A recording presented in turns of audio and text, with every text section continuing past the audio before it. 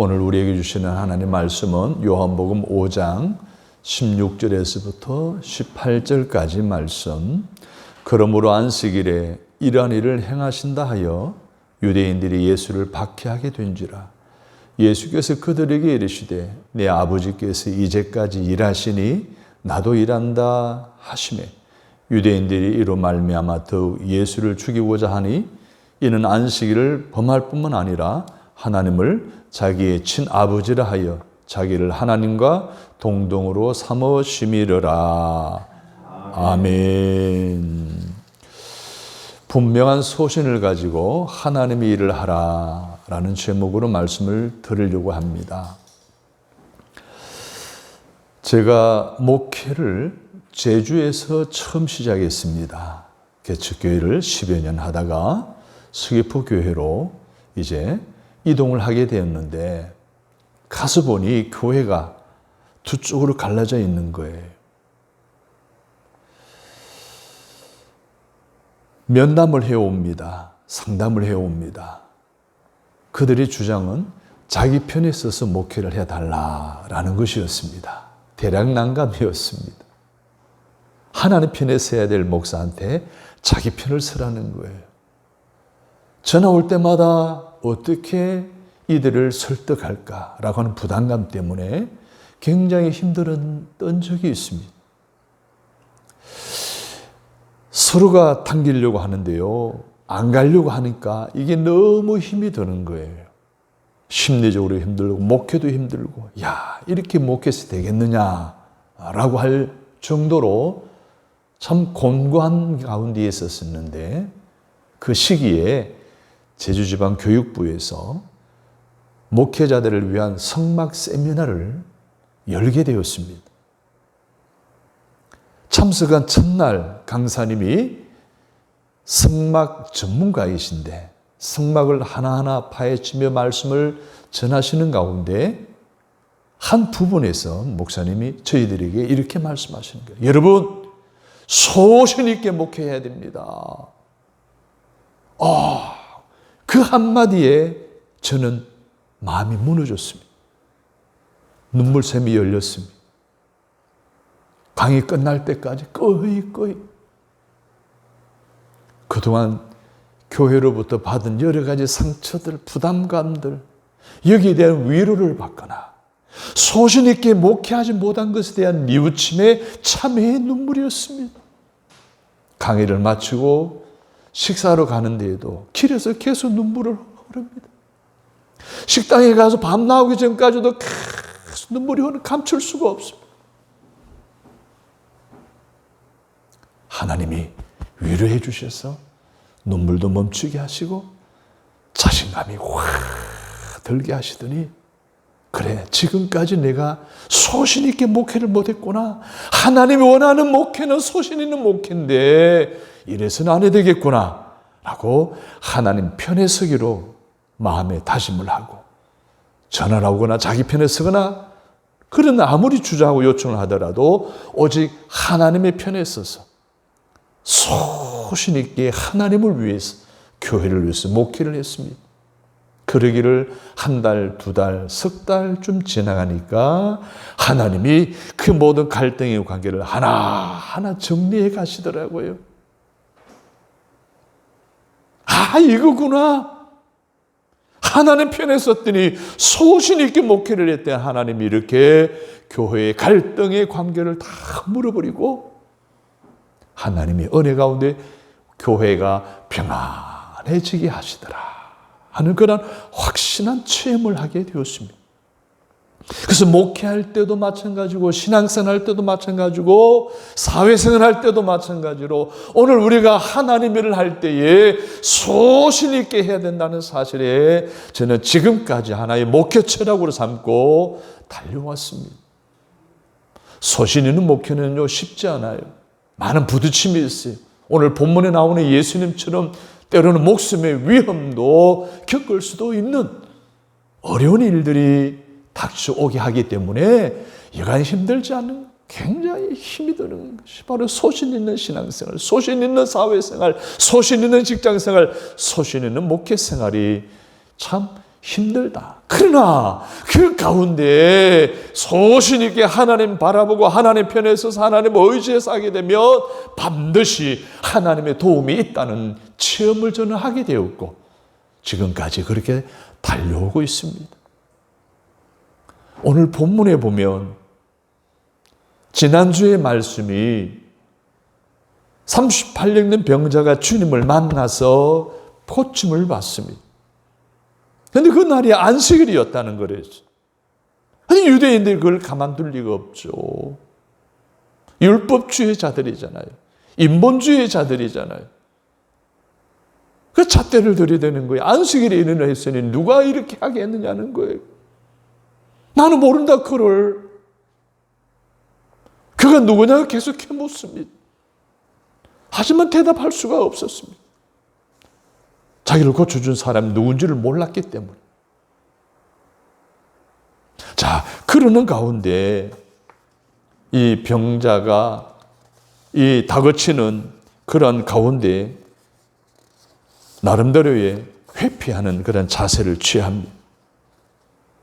예수님으로 말미암아 고침을 받는 체험을 했으면은 당연히 주님이 나를 고쳐주셨다라고 하는 분명한 확신과 소신을 가지고 고백하고 간증해야 되는데 오늘 본문에 그는 그러진 않습니다. 안식일인데 네가 자리를 들고 가는 것이 옳지 않다. 근데 나를 낫게 한 사람은 내 자리를 들고 가라 한 사람인데 나는 그가 누군지 모른다. 그가 누구냐고 캐물은다. 내가 잘 모른다. 그런데 얼마 후에 그 사람이 다시 예수님을 성전에서 만납니다. 아, 그래. 저 사람이 나를 고쳐줬지. 그래서 예수이신 걸 이제는 알게 되었어요. 그를 찾아가서 무릎을 꿇고 감사하고 주의 이름을 높여드리고 주님을 따르겠다라고 해야 될 사람이 그가 예수인 것을 알자마자 누구를 찾아갔어요? 유대인을 찾아간 거예요. 나를 고쳐준 사람이 예수라는 사람이다라고 고자질을 한 거예요. 배신을 때리는 거예요. 한번 생각해 보세요. 38년 동안 묶여있던 병에서 고쳐주셨다라고 한다면 당연히 감사해야 되겠죠.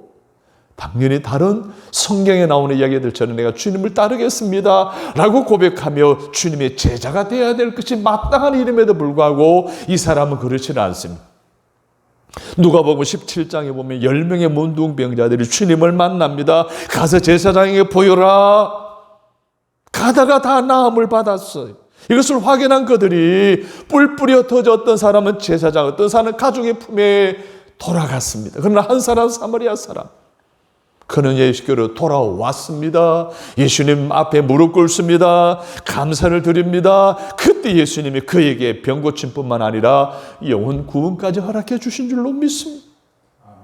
사랑하는 여러분, 오늘 우리가 처해진 여러 가지 많은 상황들을 맞닥뜨릴 때 그 상황 가운데 오늘 우리의 신앙적인 하나님을 향한 소신, 대사회적인 이웃을 향한 소신 있는 신앙관을 가지고 신앙생활을 해야 하나님의 더 보너스를 우리에게 주시고 하나 우리의 삶을 책임져 주시고 오늘 저와 여러분의 삶에 필요한 모든 은혜를 부어주시는 줄로 믿습니다. 그런데 여기서 우리가 한번 생각하고 묵상해 볼 필요가 있는 것이 이 38년 된 병자였던 그 사람이 고침을 받은 그 사람의 왜 율법주의자들, 이 유대인들을 두려워했을까라고 하는 부분이에요. 왜 그들을 의식했을까? 현실적인 문제는 지금 자기들 급박해 오잖아요. 누가 너를 고쳐주냐? 누가 너를 안식을 하게 하면 거역하겠느냐? 지금 안식을 거역하면 바로 큰 린치를 당할 수밖에 없는 현실적인 문제 앞에서 그로 하여금 예수님께 감사하기보다는 오히려 찾아가서 고자질하게 했느냐는 거예요. 당시의 주류 사회는 유대인들의 서기관과 바리새인들과 제사장 그룹이었어요. 그들이 가지고 있는 사상이 뭐였어요? 지난 시간에 배웠듯이 율법주의입니다. 율법주의는 뭡니까? 율법은 하나님의 말씀이에요. 모세 오경이에요. 살아있는 말씀이에요. 생명력의 말씀이에요. 그런데 율법주의는 그것을 빌미로 해서 그것을 토대로 삼아가지고 자기들의 이득을 챙기고 자기들의 사회적인 지위를 유지해가고 기득권을 챙겨가는 이러한 것들로 이용하는 사람들, 율법주의자들이, 형식주의자들, 외식주의자들, 이게 다 율법주의. 그런데 율법주의뿐만 아니라 이들에게는 인본주의 사상이 깊이 뿌리내리고 있는 거예요. 여러분, 인본주의는 뭡니까? 우리들은 흔히 계몽주의 사조에 따른 이성주의와 그리고 과학적 사고에 따른 현대 문명의 발달에 대한 업적을 찬양하고요, 자부심을 가지고 있어요. 뿐만 아니라 자유와 평등이 보장되는 민주주의가 각 분야의 각 사회에 저변 확대되므로 인간 개인의 중요성이 강조되고 풍부한 물질 문명의 혜택으로 말미암아 더 많은 사람들이 여유 있는 생활을 즐기고 세련되고 우아한 것을 추구하는 사회가 바로 인본주의 사회예요. 더욱 교양이 있고 예절이 있고 사람들에 대한 동정심이 많고 모든 면에서 신중하게 사려 깊으며 친절하게 대하려 하고 서로 상호 협동 존중하고 명예를 추구하고 신사적으로 행동하는 것을 좋아하며 그와 같은 사람을 존경하고 그와 같은 사람이 되고자 하는 것이 바로 인본주의입니다. 그러나 이렇게 우리들이 하나님보다 사람을 더 생각할수록 거룩하고 경건보다도 이 세상 것을 더 신뢰할수록 우리 자신의 문화와 사회에서 통용되고 존중되는 생활과 사고방식에 신경을 쓰며 관심을 가지면 가질수록 오늘 우리는 그 밖에 있는 절대 권위에 대한 문제에 대해서는 점점 희미해져 가는 것이 오늘 현실입니다. 인본주의에 더 깊이 치우치면 치우칠수록 신본주의로부터 멀어지게 된다는 거예요. 사랑하는 여러분, 우리 신앙은 인본주의예요, 신본주의예요? 우리 신앙생활이 인본주의예요, 신본주의예요? 신본주의죠. 신본주의가 뭡니까? 하나님 중심으로 살아가는 거예요. 인본주의가 뭡니까? 인간 중심, 인권 중심으로 살아가는 거예요. 그런데 지금 그 당시의 사회적인 사상의 주류가 바로 율법주의와 인본주의였어요. 사람이 중심이었어요. 사람을 앞세우는 것이었습니다. 하나님을 멀리하는 것이었어요. 우리 자신의 명예나 자존심이나 위신 등이 실상 우리의 신앙이나 영적인 일보다도 더 중요한 위치를 차지하고 있다는 거예요. 뿐만 아니라 어쩌면 현대 사회에서 우리 자신만을, 즉 인간 자신만을 생각하며 살아가는 풍조에 오늘 우리는 적지 않게 영향을 받으며 살아가고 있습니다. 나도 모르게 인본주의 물결에 쉽사리 썰려가고 동화되어 가고 있지 않는지 오늘 우리는 우리 자신들을 돌아보아야 합니다. 그래서 성경에서 말하는 인본주의는 뭘까요? 따라서 합니다. 사람에게 보이려고 하는 것이다.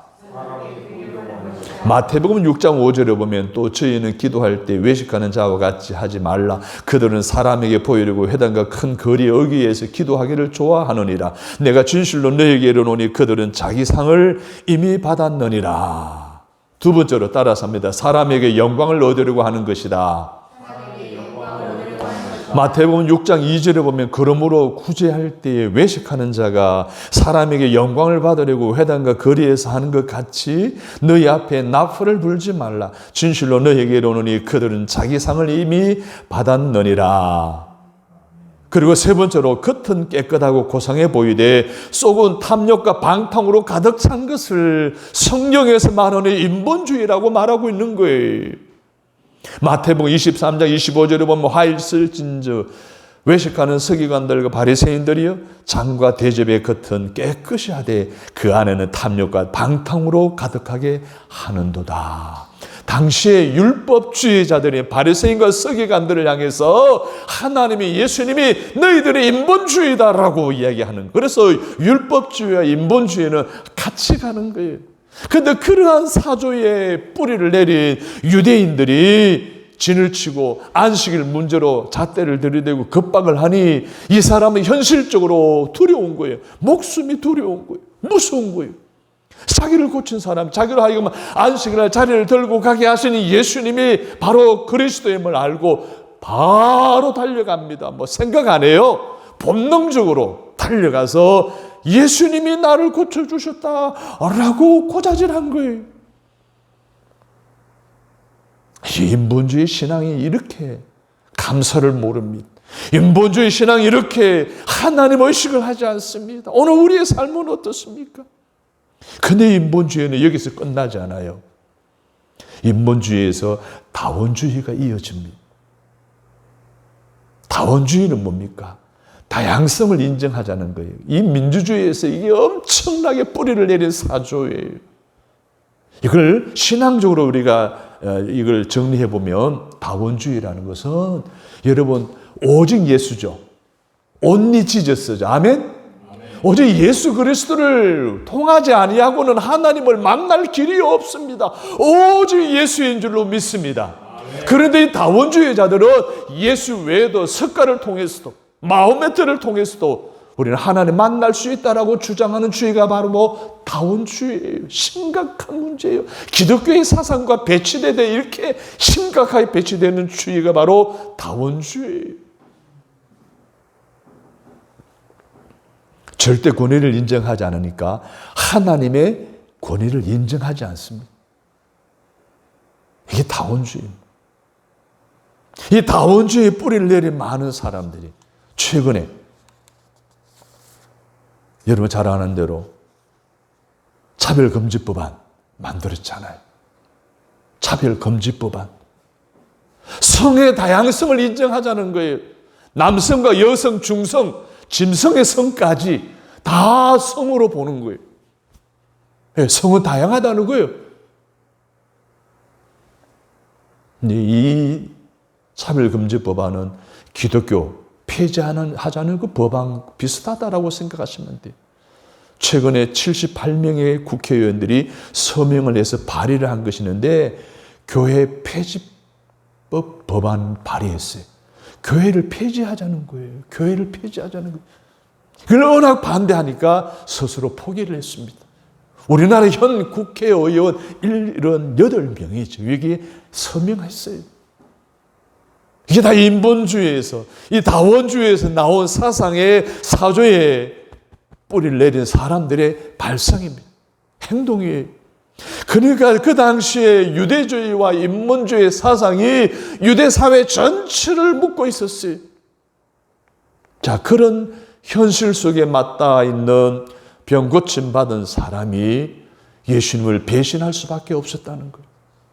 사랑하는 여러분, 우리가 6.25 사병과 그리고 일제시대를 거치면서 얼마나 많은 신앙인들이 소신을 지키다가 믿음을 지키다가 형장의 사슬로 이슬로 돌아가신 분들, 여러분 숨겨나가신 분들 얼마나 많습니까? 사랑하는 여러분, 오늘 우리 이 시대에도 끊임없이 현대 사조는 우리에게 겁박해 옵니다. 국가적인 체제를 통해서, 행정을 통해서 끊임없이 우리의 신앙을 흔들려고 합니다. 교회 존폐를 갖다가 자주우지하려고 합니다. 하나님의 권위를 인정하지 않고 있습니다. 그 당시에도 그렇고 오늘날에도 그렇습니다. 이럴 때 오늘 저와 여러분에게 소신 있는 믿음의 생활을 할 수 있기를 주의 이름으로 축복합니다. 아멘. 저 또한 소신 있는 목회를 하려고 끝까지 주님 앞에 설 때까지 그렇게 목회 철학으로 삼고 달려가고자 합니다. 그런데 이럴 때 우리에게는 어려움이 닥쳐올 수 있습니다. 오늘도 본문에 보십시오. 예수님께서 16절 그러므로 안식일에 이러한 일을 행하신다 하여 유대인들이 예수를 뭐 해가지는지라 박해했어요. 예수님을 핍박했어요. 18절을 보십시오. 유대인들이 이로 말미암아 더욱 예수를 죽이고자 하니 이는 안식일을 범한 것 때문이라고 말하고 있습니다. 여러분 보니까 박해도 모자라가지고 예수를 죽이려고 했던 거예요. 소신 있는 신앙생활은 어려움이 따를 수 있다는 거예요. 그러나 예수는 그 가운데서도 굴하지 않고 하나님께서 일하시니 나도 일한다 라고 17절에 그렇게 담대하게 소신 있게 당신의 행동 거지에 대한 입장을 밝히는 것을 볼 수가 있습니다. 보세요. 내 아버지께 따라 삽니다. 내 아버지께서 일하시니 나도 일한다. 이 말씀은 지금도 살아계시는 하나님께서 인류 타락 이후에 잠시도 쉬지 않고 생명을 살리는 구속의 역사를 이루고 계시다고 하는 이 뜻이 그 속에 담겨져 있어요. 할렐루야. 아멘. 하나님은 지금도 살아계셔 역사하시는 줄로 믿습니다. 아멘. 지금도 역사하시는 그 하나님이 그 당시에 예수님의 고백을 통해서도 그 역사하시는 분이셨습니다. 그렇다고 한다면 하나님이 살아계시고 지금 내 삶을 통해 역사하시는 분이시라고 한다면 그분이 내 편이고 내가 그분의 편이라고 한다면 오늘 우리가 막다뜨리는 여러 많은 상황 속에서 끊임없이 하나님을 향한 신앙을 끝까지 지켜야 할 줄로 믿습니다. 이게 소신 있는 신앙생활이에요. 목에 칼이 들어와도 말이에요. 주기철 목사님이 신사 참배를 거부한다는 이유로 일본 순사들에 의해서 얼마나 많은 고문을 당하고 그랬습니까? 마지막에 될 줄도 모른다는 그러한 어떤 느낌을 통해서 강단에서 마지막 설교를 합니다. 현재 일본 당국의 여러 가지 부정적인 것을 다 이야기하면서 이런 가운데 우리는 믿음을 지켜야 됩니다. 그러면서 마지막 던진 멘트가 왜 여러분은 면류관만 바라느냐? 왜 여러분이 면류관만 원하느냐라고 외친다는 거예요. 사랑 여러분, 노 크로스 노 크라운이라고 그랬습니다. 십자가 없이는 부활도 면류관도 없다는 거예요. 우리 믿음의 생활은 바로 십자가의 길을 가는 것인 줄로 믿습니다. 아멘. 십자가를 가는 길에 소신이 없으면, 확신이 없으면 우리는 흔들립니다. 좌우로 치우칠 수밖에 없어요. 넘어질 수밖에 없어요. 끝까지 승리할 수 없고 하늘나라 들어갈 수도 없고 하늘나라 백성으로서 이 땅에 그리스도의 빛과 향기를 바라는 삶도 여러분 살아갈 수가 없는 거예요.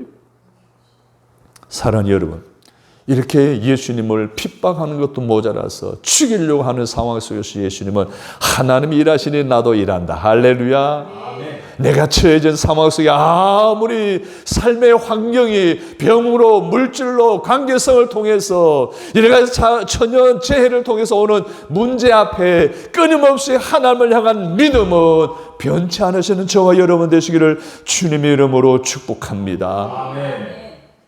근데 오늘 이 병자는 어떻게 했어요? 자기를 고쳐준 사람이 예수님 걸 알자마자 자기가 그동안 막 엄청 두려움과 급박 가운데 고통스러웠는데 옳지 잘 됐다 하고는 바로 예수가 나를 이렇게 고쳤으니 나는 율법을 어긴 것과 상관이 없어. 현실 도피하는 태도를 보입니다. 저와 여러분의 삶 속에 이 병자 같은 감사를 모르고 은혜를 모르는 삶이 아니라 예수님처럼 어떤 상황 속에서도 하나님이 일하시는 나도 일한다는 고백의 간증으로 여러분 당당하게 이 세상을 살아가시기를 바랍니다. 아멘. 자신 있게 살아가시기를 바랍니다. 아멘. 내 배후에 누가 계세요? 하나님이 계세요. 내 우편에 누가 계세요? 하나님 내 손을 잡아 이끌어 주시는 거예요. 야, 두려워하지 마. 놀라지 마. 염려하지 마. 내가 너와 함께해. 여러분, 이런 든든한 마음, 이 배경에 여러분 자신감을 가지고 모든 환경을 극복하고 승리해 나갈 수 있는 저와 여러분이 되시기를 주님의 이름으로 축복합니다. 아멘. 여러분, 사도행전 18장에 보게 되면 사도 바울이 고린도에서 전도를 하는데 하나님의 말씀에 붙잡혀 유대인들에게 예수는 그리스도라라고 증언하고 있을 때에 유대인들이 대적하여 비방을 합니다. 그때에 사도행전 18장 5절 7절에서 사도 바울이 이렇게 태도를 보며 말합니다. 옷을 털면서 이르되 너희 피가 너희 머리로 돌아갈 것이요 나는 깨끗하니라. 이후에는 이방인에게로 가리라. 할렐루야. 아멘. 옷을 털어버리는 거예요. 핍박을 너무 하니까 툴툴 털어버리고 태연하게 세상적인 오물, 사상, 이 사조 툴툴 털어버리고 그러면서 고백하기를 나는 깨끗하니라. 이후에는 이방인에게로 가리라. 끊임없이 복음을 전하겠다고 하며 떠납니다. 그 자리를. 그런 그에게 부활하신 주님이 찾아오셨어요. 할렐루야. 뭐라고 말씀하십니까? 밤에 주께서 환상 가운데 바울에게 말씀하시되 따라서 합니다. 두려워하지 말며 침묵하지 말고 말하라. 내가 너와 함께 있음에 이 성중에 내 백성이 많음이라. 할렐루야. 여러분, 우리가 바울에게서 배워야 할 것은 모든 상황 가운데에서 소신 있는 믿음의 생활을 할 때에 하나님 우리를 외면하거나 방치하지 않으신다는 거예요. 언제나 사도 바울을 찾아가신 주님이 저와 여러분도 찾아오신다는 거예요. 사도 바울을 찾아가서 안심하라 두려워하지 말라라고 하신 놀라운 위로의 말씀과 소망의 말씀을 주신 것처럼 우리에게도 위로와 소망의 말씀을 주신다는 거예요. 할렐루야. 뿐만 아니라 함께 하시겠다고 약속하신 거예요. 그리고 많은 사람들을 우리를 붙여주시겠다는 거예요. 할렐루야. 네가 소신 있게 신앙생활하고 목회를 하며 하나님의 사람을 붙여주셔서 그 상황에서 하나님 영광이 드러나게 하고 하나님의 뜻이 이루어지게 한다는 분명한 약속의 말씀을 해 주셨다는 사실을 여러분 기억하시기를 주님의 이름으로 부탁을 드립니다. 아멘. 여러분, 다니엘서 6장에 보게 되면 다니엘이 나옵니다. 다니엘이 소신 있는 믿음의 삶을 한 사람이에요. 사자굴 속에서 살아난 사람 아니에요, 그죠?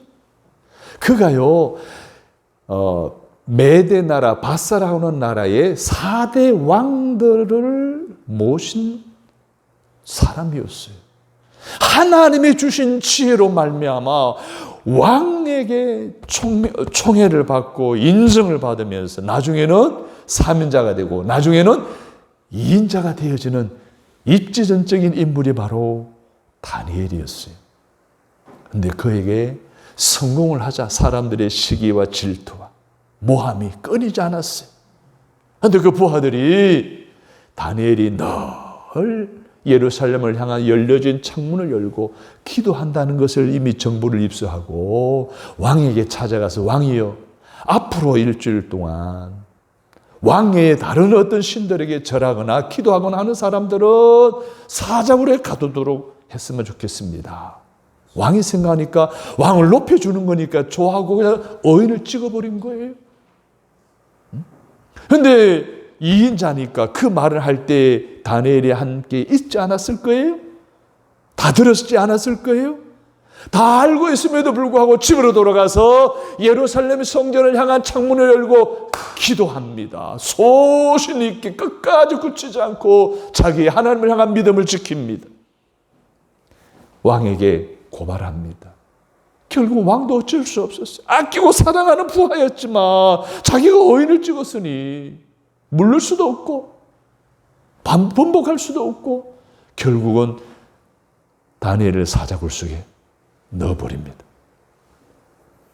그 사자굴 속에 들어가지 않도록 백방의 노력을 했지만은 불가능한 일이었고 한잠도 자지 못하고 새벽같이 사자굴 입구에 가서 야, 지금 있냐? 편안히 있냐?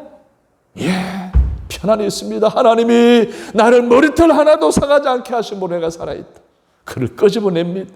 그를 모함했던 사람들을 가족까지 다 숙청을 해버립니다.